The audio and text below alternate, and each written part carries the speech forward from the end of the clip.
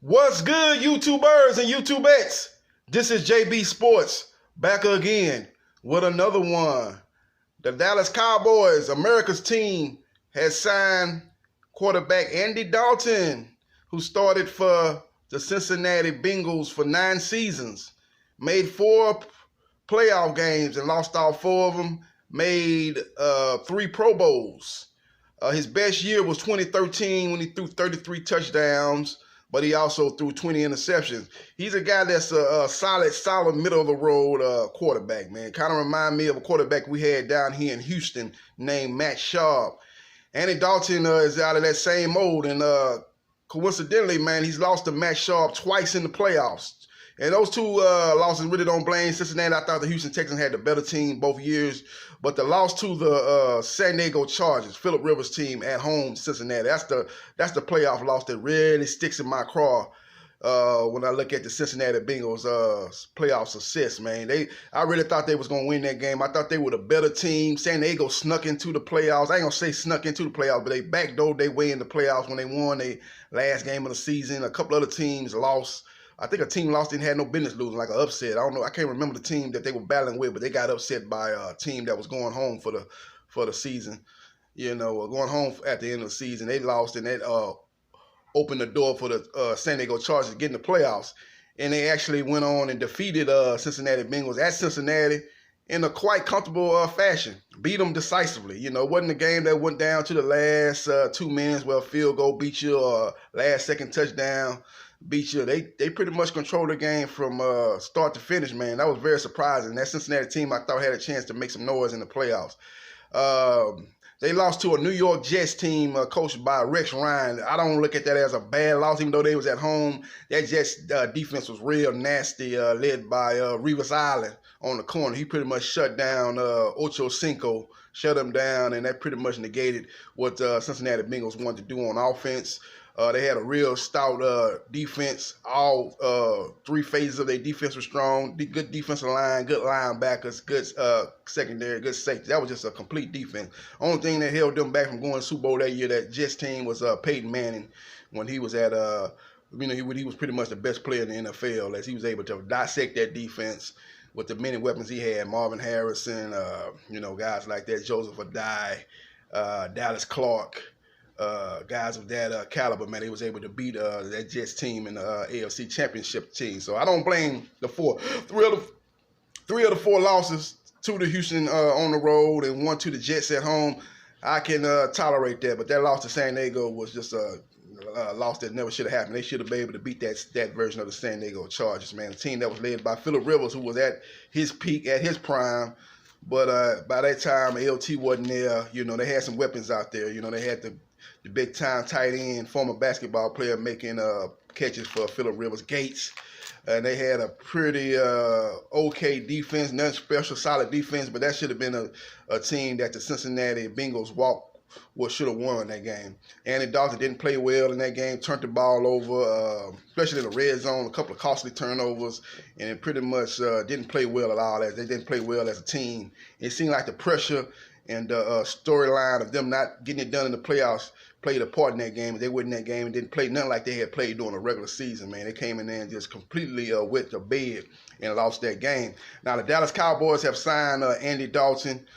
He's going to back up Dak Prescott. He's some insurance in case the Dak Prescott's negotiations continue to drag on. He don't show up for training camp. God forbid it, leaks onto the first 2 games of the season. Kind of like what Emmitt Smith did when he missed the first 2 games of the season when he wasn't happy with his contract situation with the Cowboys. Cowboys went 0-2. They opened up the vault, paid Emmitt, and then they went on to repeat as Super Bowl champions. So the story ended in a good light for that season goes. But we'll see what happens as far as the 2020-2021 season with Dak Prescott. Now, when you look at Andy Dalton's season career, when he first came in the league, man, he was a pretty good runner. He could run around and make some plays with his legs.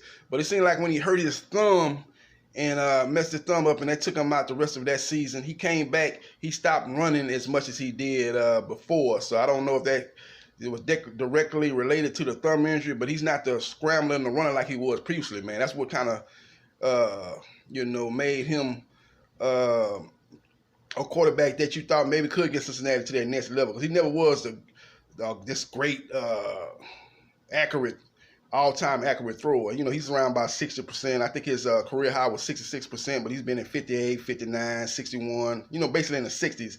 His in the low 60s throughout his career. I think his career high was 66. So he's one of them guys that can hurt you with his arm and with his legs early on in the first half of his career. But the second half of his career, he hasn't been the runner he's been before the thumb injury. He pretty much is a guy that stays in the pocket and makes plays from the pocket. He doesn't look to run like he did early on pre thumb injury. Now I think he's a decent backup. Considering what the Cowboys had behind Dak Prescott. Cooper Rush don't have a lot of confidence in him. Ain't really about the confidence. You just haven't seen him outside of preseason games. He's been in preseason games. He hasn't even really set the world on fire in preseason. That's kind of like an ominous sign. Like you should at least be dominating preseason games if you have any chance to be thinking about being a starter or a guy that can come in if the starter is hurt and keep the team afloat. If you're average in preseason, that's not a good sign for his regular season, because in preseason, he's a backup. He's going against second and third stringers, and he played okay. I think he threw like 8 touchdowns, 4 interceptions. But I watched a lot of his games, especially being down here in Houston, Texas. The Texans play the Cowboys every year, so I've seen a lot of his games. Nothing stand out about them. So the Cowboys took this opportunity when the Cincinnati Bengals released Andy Dalton, and they are bringing in an experienced quarterback who started for 9 seasons, who could come in, and if Dak Prescott gets hurt, can come in, and the Cowboys still feel they can do some damage this season, still win a lot of games, and still make some noise in the playoffs. He's that type of, if he wasn't there and Cooper Rush is your backup quarterback, Dak Prescott gets hurt, then the Cowboys season is over. Cooper Rush there. His Cowboys season will be over if anything happened to Dak Prescott. So Dak Prescott has shown to be a very durable quarterback. Hasn't sustained any long-term injuries. I think he got banged up at the end of this past season, but still played through. His play fell off, especially in the Eagle game. It didn't look like he could really explode with the ball on the release in that game there, as he was dealing with some kind of shoulder injury, missed on a lot of throws that should have been there. Around the card, man, he was their best receiver in that game. He had about, I think around 85 yards to around 85 yards receiving, but he should have had around 200 yards receiving. Just a lot of missed throws where Randall Cobb was open, and that Dak Prescott missed him, man. He could have had a real big game there. So I don't think I think it was just a matter of Dak Prescott not being healthy. So a lot of people are thinking like, oh, it's going to put pressure on Dak Prescott, man, because, Cowboys have an alternative plan. If he doesn't come in, they can put in Andy Dalton. With the weapons they got, they can still win a lot of games this season. And that very well may be true, but don't make no mistake about it, man. Dak Prescott is the future. He is a present for the Dallas Cowboys. If they want to reach their dreams this season, it's going to be with Dak Prescott taking the snaps. Now, like I said, the ideal scenario in which the Cowboys are hoping for is to sign Dak Prescott. He signs the multi-year contract with the Cowboys. He comes in, and then you have one of the best backup quarterbacks in the NFL in Andy Dalton. Kind of like what the New Orleans Saints had last year with Teddy Bridgewater backing up Drew Brees. Drew Brees got hurt. Teddy Bridgewater came in there, and I think he went 6-1 that year. Last season, won at Seattle, won at Chicago, beat Dallas at home when Dallas was undefeated. Won a lot of big games to keep the Saints afloat. And Drew Brees came back, and the Saints were able to win the NFC South once again and make the playoffs. So that's one of the things that the Dallas Cowboys will be looking at as a model. If something happens to Dak Prescott, they'll be able to slide Andy Dalton in and don't miss a beat. So we'll see what happens. We'll see what transpires. But the contract is a 1-year deal worth for $3 million with incentives. The contract could go up to $7 million for 1 year. So pretty good contract, and pretty good thing for Andy Ruiz, as he'll be coming back to his home state. He played at Katy High School. That's right outside of Houston. He played on those great state championship Katy teams. He was quarterback those teams, and he had a great, successful high school career. And then ended up going to Fort Worth, playing for TCU, Texas Christian University, and that's in the Dallas Fort Worth area. So he'll be kind of going back home. You're probably having a lot of TCU fans who haven't, who be going down there to watch Andy Dalton play.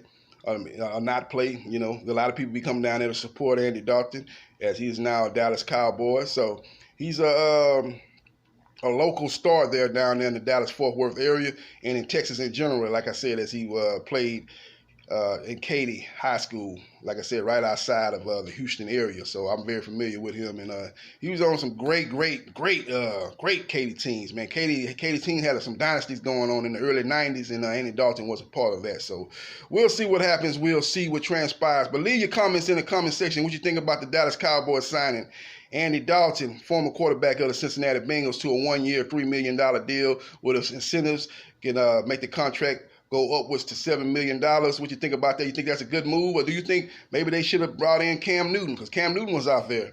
That's who if I was pulling the strings under the Dallas Cowboys organization, that's who I would have brought in, Cam Newton.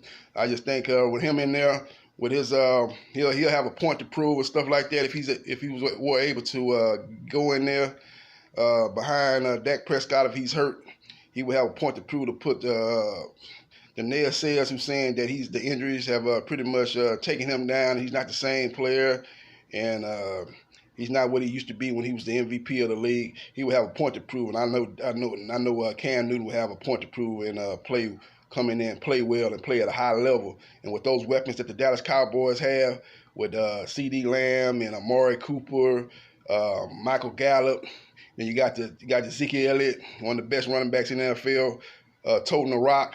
You got an up-and-coming tight end. A lot of people are going to be talking about this year. Mark my words, Blake Jarwin. You're going to hear a lot about him. He was kind of negated last year playing up under Jason Witten. I'm looking for a breakout season from Blake Jarwin this year. So he got a lot of weapons. You put Cam there, and with his arm and with his legs, he can still run around and make plays. And once he gets downhill, he's a nightmare to bring down for secondary players, cornerbacks and safeties, man. He's a big, strong, tough guy who's got speed and power. So that would be a weapon that I think the Cowboys don't have in Andy Dalton. And like I said, he's not the runner he was pre-thumb injury. So we'll see what happens. We'll see what transpires. But leave your comments in the comment section what you think about Andy Dalton signing with the Dallas Cowboys to back up Dak Prescott. Do you think that was a good move, or do you think they should have went another route? Cam Newton, as I stated, or maybe bringing in a Joe Flacco, who's still out there, a guy with a strong arm, with no mobility, but a guy that's a strong arm and has won a Super Bowl with the Baltimore Ravens in a playoff run that he threw, I think, 12 touchdowns, 0 interception. That year there, he played out his mind in that playoff run and had a great year. I believe he was a Super Bowl MVP for that Baltimore Ravens team that defeated Colin Kaepernick and the San Francisco 49ers in the Super Bowl in New Orleans, the Superdome. So let me know what you think in the comment section. This is JB Sports, the man, the myth, the legend. Holla.